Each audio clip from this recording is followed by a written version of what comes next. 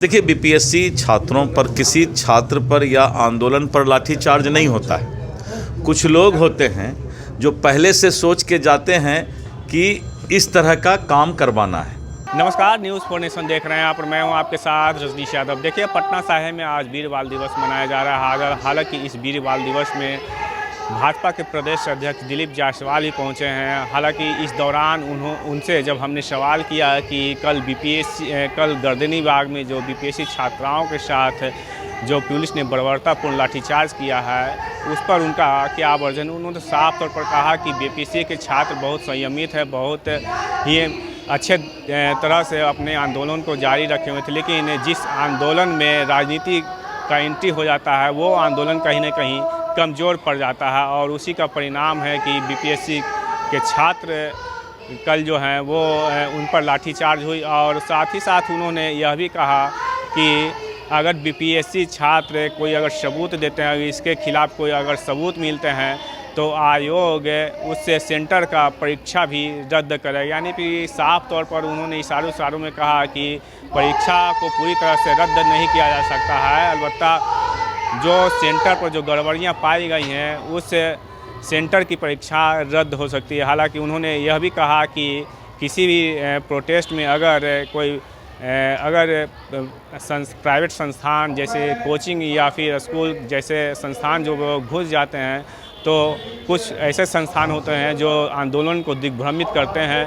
तो यही कल के प्रोटेस्ट में हुआ, जो संस्थानों ने इस आंदोलन को दिग्भ्रमित कर दिया, जिसके कारण पुलिस ने लाठीचार्ज किया है। हालांकि इस दौरान उन्होंने यह भी कहा कि कुछ पुलिस से गलतियां होती हैं तो कुछ छात्रों से भी गलतियां होती हैं, और उसी का परिणाम है कि कल जो पटना गर्दनीबाग में जो छात्रों पर कार्रवाई हुई है, वो इसी का परिणाम है। हालांकि इस दौरान उन्होंने यह भी कहा कि ये 1 जनवरी को जो पप्पू यादव ने जो बंद करने की बीपीएससी मामले पर जो बंद करने की घोषणा की है संपूर्ण बिहार को, उस पर उन्होंने यह भी कहा कि उसका तो यही काम ही है, रोज़ दिन यही काम करते रहता है। लेकिन इस दौरान और भी क्या कुछ बातें कही हैं भाजपा के प्रदेश अध्यक्ष दिलीप जायसवाल ने, छोड़े जा रहे हैं उनके बयान के साथ। देखिए, बीपीएससी छात्रों पर, किसी छात्र पर या आंदोलन पर लाठीचार्ज नहीं होता है। कुछ लोग होते हैं जो पहले से सोच के जाते हैं कि इस तरह का काम करवाना है।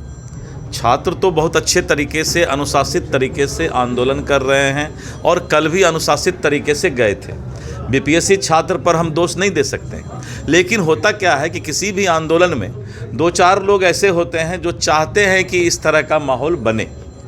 तो हो सकता है कुछ गलतियां पुलिस से भी होती है, कुछ गलतियां छात्र से भी होती है। सब मिलजुल करके इसको जो है एक अच्छा माहौल रहना चाहिए बिहार का।